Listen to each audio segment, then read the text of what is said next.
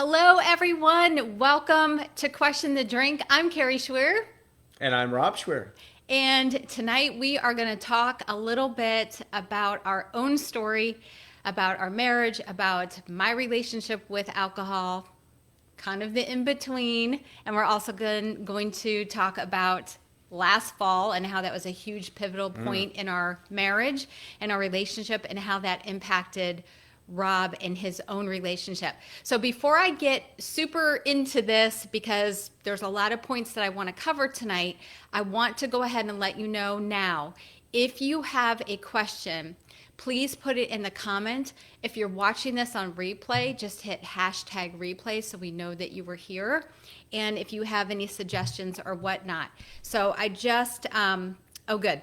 My son, Nathan, thank you. I told him to send me a message and let us know that he could hear us well. He's our AV guy. He's hooking us up. It's good. Yep, our AV guy. So Yeah.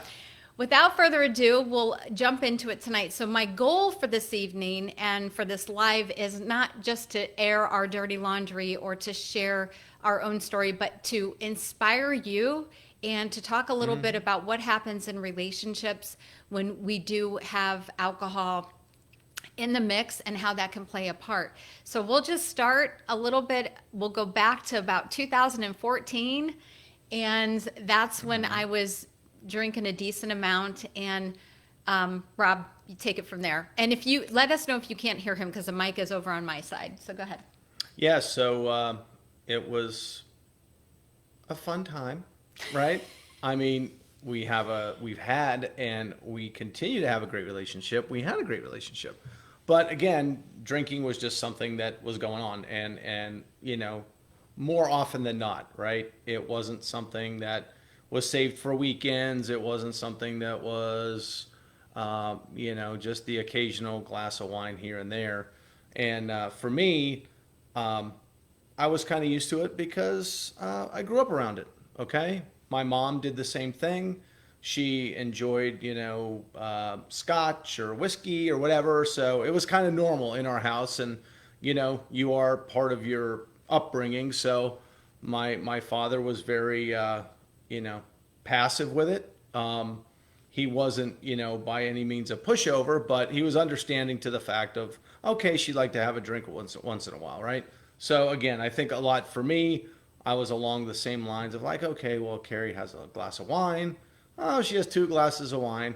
Oh, okay, mate, now she's having 3 glasses of wine. Okay, maybe it's time to have a conversation. So, Yeah. you know, we did. We had a conversation, right? We talked yeah. about it a few times. Yeah, We I talked about it a sat few times. right at that kitchen table, and he pretty much told me to get my act together or pack my bags. And I'm out on the stoop with my, at that point we had 2 cats, with my 2 cats. And I was Yeah. like, uh-oh, okay. And then what happened? And it wasn't, yeah, it wasn't something, you know, that it was mean or you have to do or you Yeah, you know. yeah. It was more like a, It like, was- you but- just need to get it together. And I was like, But it was I truly, was so hungover too when he told me this. it was truly out of care and concern just because I know like what the end result's going to be. It doesn't improve, it gets worse, right? So it was just because I love her and I didn't want to see her, you know, watch her health go down the drain, right? So that was the driver behind it. It wasn't ugly, it wasn't mean, it wasn't, No. you know, it was positive,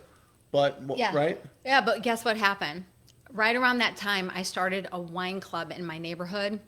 And that was my excuse. That was my excuse to bring more people into the mix. And we had a whole new set of friends. And But- so every weekend, But again, yeah, we drank a lot. But truly, to that end, right? So I was, you know, always the guy who was the fixed point, and I did my job, and I went to work, and I was the family guy, provided Yeah. for the family, and I really didn't have a lot of friends.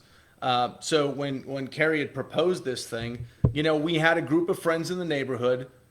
We live in a great neighborhood. We have a lot of great people around us, and I was like, okay, this is my chance to show my wife that I'm willing to, you know, be out there and put myself out there, meet new people, and like change a little bit because hey, we're empty nesters. I'm getting older. Yeah. Why do I need to be the guy who's always the stick in the mud? So let's have some fun, right? Yeah. Oh, okay. wait. And notice he equated drinking with fun. Okay, Right. go ahead. Yeah. Yeah. So, but we were always around our friends, you know. And this thing took off. Like it's still Oh, going. yeah. It's still It's going still right going. now. It Yeah. still happens right now. And it was some good times. They were epic. Best times. Yeah. Yeah, really great times. So I felt that, okay, well, maybe this drinking thing isn't all that bad. So I was a fan of vodka. Became a fan of bourbon. And I wasn't a wine guy at all. I wasn't there. I was the wine girl. He was the bourbon guy. But the before you vodka know guy. it, like, we're buying high-end wines, and I'm really starting to enjoy these high-end wines because Yeah. we're associating with people who are into it, and we really got immersed in the culture. And Yep. it wasn't a bad thing. We weren't, pounding every night or doing whatever. No. So basically, it was like this. I drank every night during the week, and then on the weekends, we'd be with our friends, and we'd all be binge drinking, and then he would pretty much be somewhat okay, and I would not be okay, and I would be okay. And so finally, this 2-year period of this now drinking all the time came to a head for me. And 2016, I decided that I needed to take a real good look. I was questioning my relationship with drinking at that point, questioning how I was showing up for him, more importantly for myself and work and all these other things, right? So I did not tell him, and this is a real key takeaway here. I was so afraid to tell Rob that I wanted to quit drinking because I knew if I said, honey, I think I have a problem, I knew in my mind, I thought he was going to look at me like I had a problem, right? I was so afraid. And I know there's so many people out there right now that are listening to this saying, that's where you are right now. You're afraid to say anything, like you might be drinking too much, and you're afraid to tell your partner. And I remember so clearly what it was like. But to dovetail into that, I wasn't like that fear shouldn't have been there because I would have been totally supportive because we talked about it. Yeah, but a it few doesn't years matter, prior to right? that. Like Right, but I right. still thought it was Right. my own insecurities, and Right. that's the takeaway. I was telling myself stories that he was going to think that I had a problem. Oh my gosh, what will my friends think that I have a problem? I'm so scared to do this. What am I going to do? And I froze. But I ended up going to see someone. I saw a therapist, and I wanted to see where I was with my drinking. And of course, she recommended the traditional route of going to an AA meeting, and that scared the crap out of me. This was in July, I believe it was towards the end of July of 2016. And I didn't actually quit drinking until the middle of August. It was August 15th. But I was so afraid to tell him. So I ended up telling him, obviously. And I said, but I'm still going to drink. And he was like, okay. And so I still drank for a little bit. And then finally I did quit. And so did I. And so did I. No, you didn't. No, you didn't. Well, I kept drinking. No, and that was just it. He was supportive, but he kept drinking. Right. And this is the other point I want to make. So here I am. I bare my soul. I tell him I want to stop drinking because I'm concerned for where this is going, and I didn't like the way I was showing up. And I said to him, he goes, well, should I stop too? And I said, oh no, I don't want to burden you with that. Right. And so I said, no, go ahead and keep drinking. Well, he's still drinking with the friends, and we'd go out and he would order a martini and he would have a beer. And he's like, you sure you're okay with this? I'm like, oh yeah. But here's the thing. I wasn't okay with it. I built up so much resentment. I was pissed. I'm like, why is he still drinking? Like, doesn't he know this sucks? And here's the problem with that. There's so many things. There's so many lessons here. The problem was, again, I was creating a story about me. This had nothing to do with him. I was allowing my emotions and my feelings to play a huge part in my negativity and my resentment towards him. It wasn't the fact that he was drinking. It was the meaning that I was attaching to it. That was the problem. And I didn't know any of this at this time. I was just mad.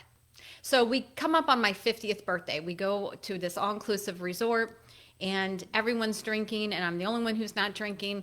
Well, what do you think happened? I felt completely alone, left out, not part of the fun. I felt like everybody was like, why is she not drinking kind of a thing at the resort? And none of that, again, none of it was true. It was all stories I was making up in my head. And this is really important because this is what we tend to do.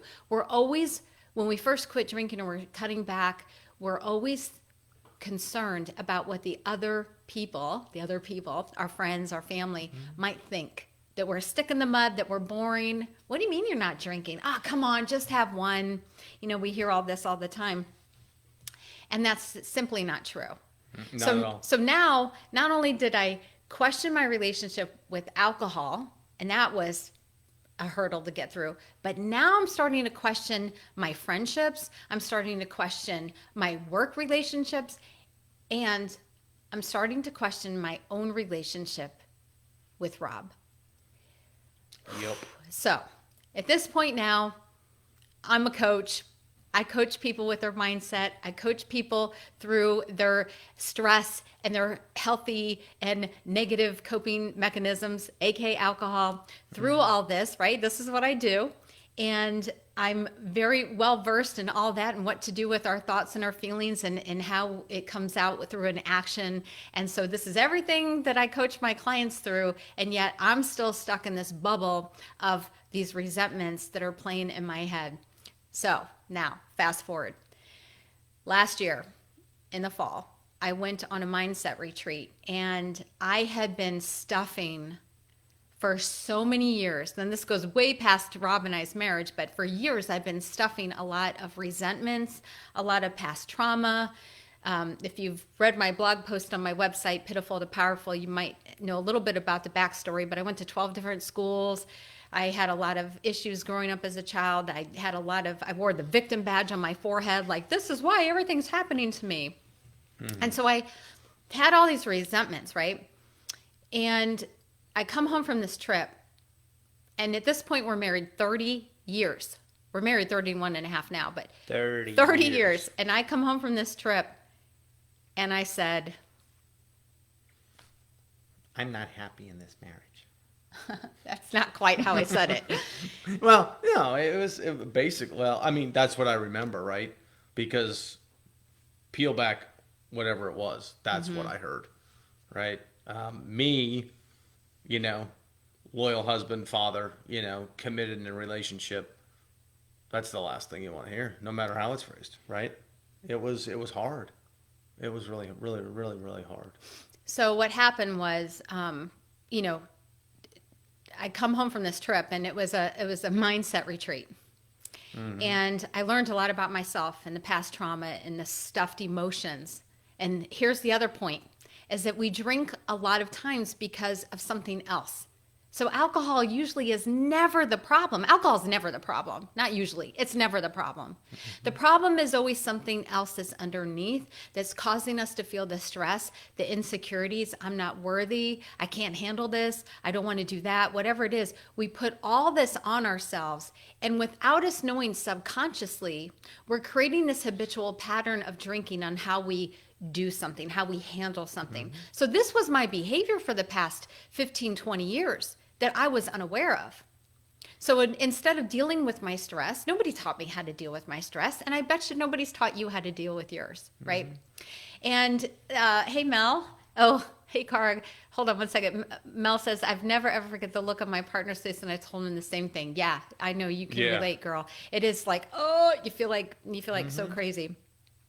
So I come home, and I realized at this moment that this is my opportunity to make things very uncomfortable.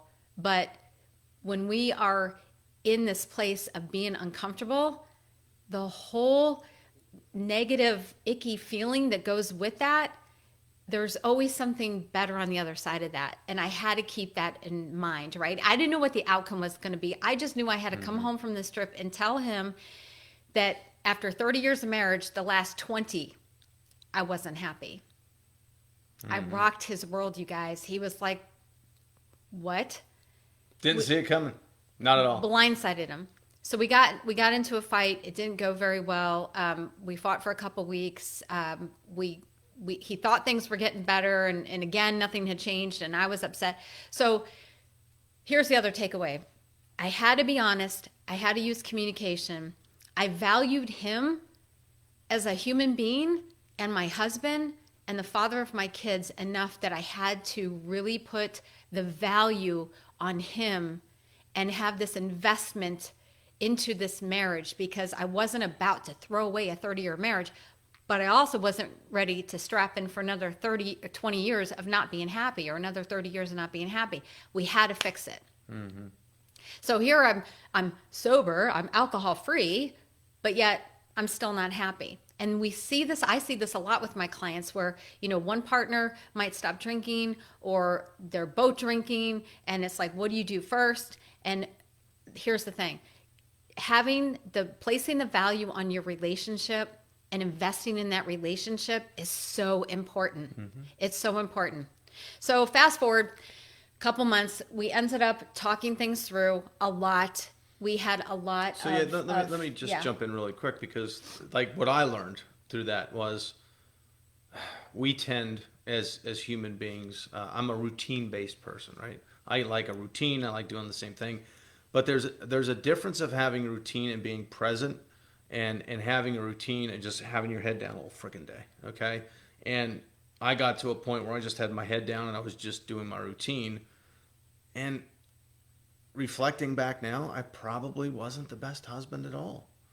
So learning and the openness, the truth, the communication, like it just opened up like just doors for me, for Carrie in our relationship, because we were just surviving. We weren't living. We were just surviving, and that sucks. Mm-hmm. I mean, it sucks really bad. Having lived through it, I'm glad we did it. I'm glad it happened. I'm glad Carrie had the courage to say, this is bothering me, because it really opened my eyes and enabled me to really look at life through a different lens. And again, the best way I could do it, the best way I could say it is, until that day, I was walking around with my head down thinking everything was just dandy when I wasn't seeing the forest for the trees, right? And I got to own that. And I had to own that. And I did own that. Yeah. So here's the thing. I told him what I needed.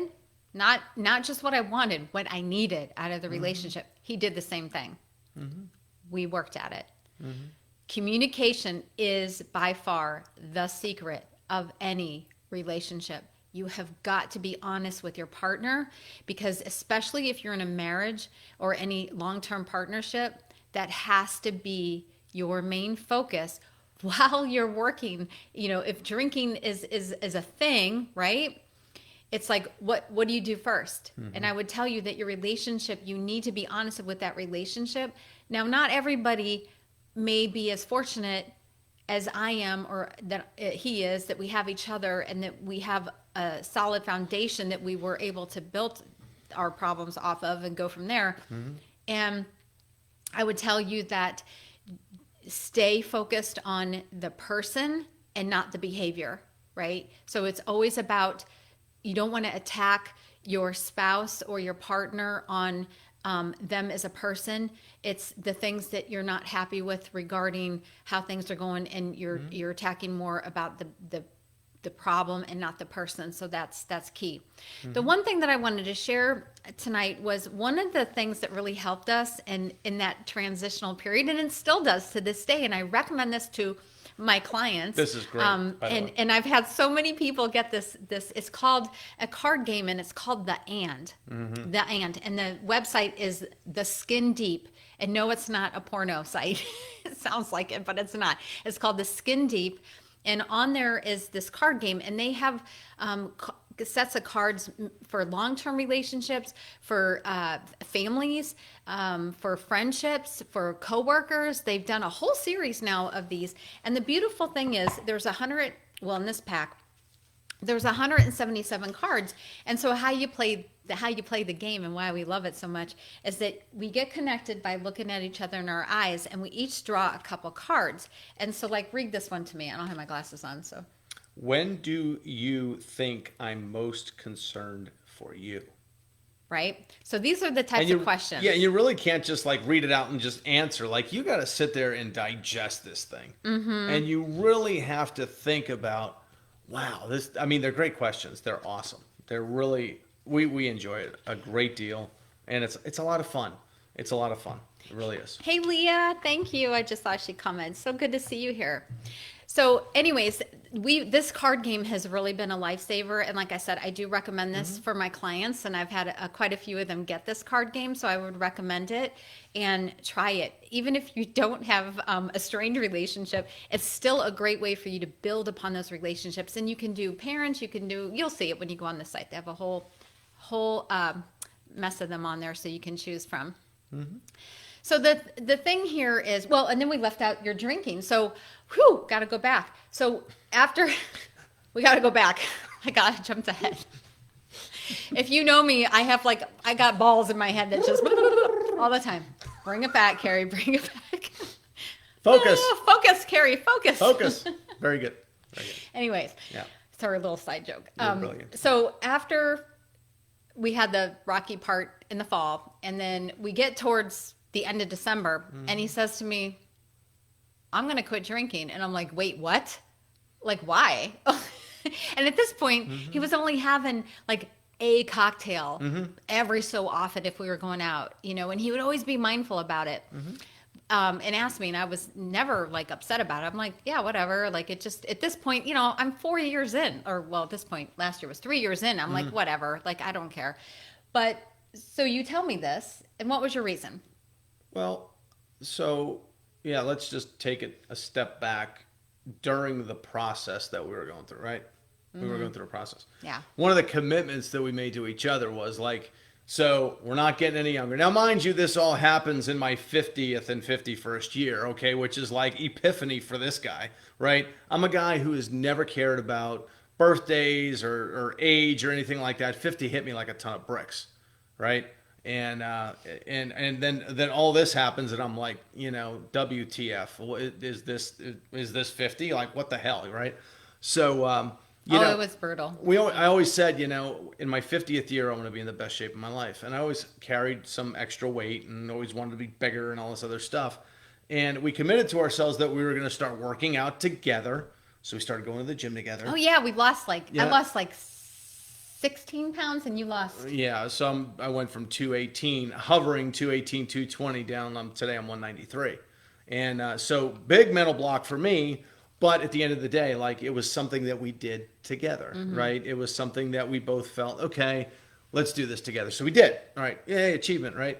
So then while we're doing this, I'm thinking, if you get into health and fitness, our son Nathan, if he's watching, my boy is just a stud. Like, he is in the lifestyle.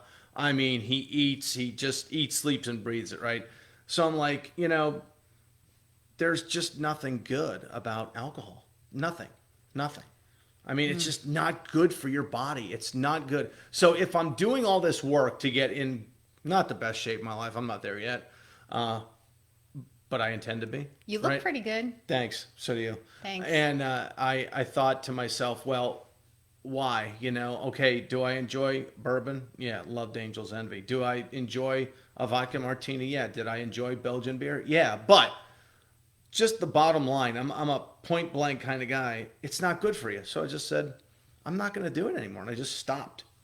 Right? I was like, please don't quit because of me. Oh God, I didn't want that pressure. No. But he was like, no, I really wanted, it's not good for me. And plus you also said, you missed the one point, was you said, I'm really doing this. Why? I'm coming back to that. Okay. Okay. Sorry. No. I just wanted to support the goal, the mission of what Carrie is up to, because this, what Carrie's doing is changing lives, right? So how could I not support that, right? This is life-changing stuff going on here. This will change the world, right? And for me to not buy into that 110%, what kind of partner am I if I'm not doing that?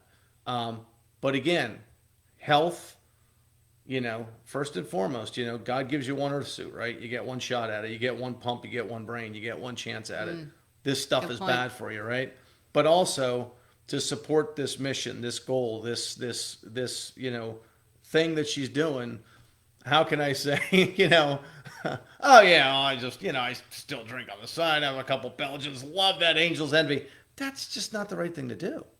Right? Well, here's the thing. And it's not good for you. We found some awesome alternatives, which will be another show. Yeah. So tomorrow starts the 21-day challenge. Yep. And I've been stocking up a little bit here and there on some great alternatives. So we'll jump back on if you think he's all right on live here. We'll come back on and we'll do some taste testings, which will be super fun. Yeah. And then, but we are now totally in love with some really great NA beers. There's so many Yeah. good choices out there. Like, you think that you can't have fun and you're going to be left out. And I You're not. promise you, like, and You're not. again, this is question the drink. This isn't quit the drink, right?